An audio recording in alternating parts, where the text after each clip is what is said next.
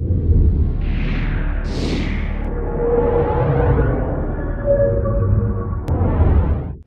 there's one hand that came up. Yep. That comes to mind. I was in the pot limit in Omaha, and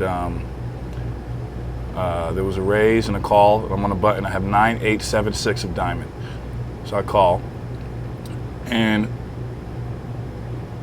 the flop comes queen 8, 5. Okay, the flop comes queen 8, 5. It checks around to me. I bet. Guy calls me.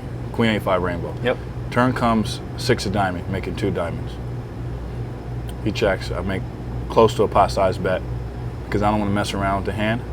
If I was playing live, I would have made significantly less than a pot size bet, but the chips matter so much to me that I really just want the hand to be over. Yeah. And if he decided to play, I wanted him to play for a lot. Yeah. So I made a pretty big bet there. Took a long time and he called me. Okay. And the river came a deuce of diamond. Okay. Make a backdoor and in my flush. mind, you make a backdoor flush? I make a flush, but it's not as good because you have bad card. Turn. It's a really bad card for me because I felt like he may have turned a diamond draw to keep coming. Yeah. You know, the fact that he didn't raise me on the flop, I really didn't. He checked last position. There was no way. There was no way he had a set because he checked last position.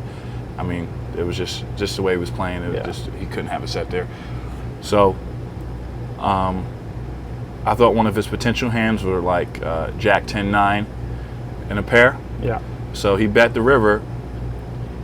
When he bet the river, I was thinking, and I end up paying him off because I have 4 diamonds in my hand. Yeah. But really, that was not the right way to think about the hand. You know, if I would have took a little bit more time and really thought it through, I would have decided to fold, I think. But I didn't take enough time as I did to really clear it. I just said, I have 4 diamonds in my hand. Maybe it's Jack 10, 9 and like an 8 or something. He's trying to win this pot, which is possible. That's one of the hands he could have had. Yeah. But for him to call a pretty big bet on the turn, and the fact that I ruled out a set on the flop, it was almost for sure that he had a big flush draw, and I called him. He turned over the nuts, and that basically crippled me in that pot limit Omaha tournament. I was pretty deep at that point, so that was one of my bust out hands that I regretted. Do you think he value bets? Like if he has let's say King Queen Jack, which is a decently likely hand, I think, like a gut shot, and he turned diamonds. If he has something like King High Diamonds, do you think he value bets King High Diamonds? Yeah, I think he probably bets King High Diamonds there. Yeah. Just because of the way the hand played.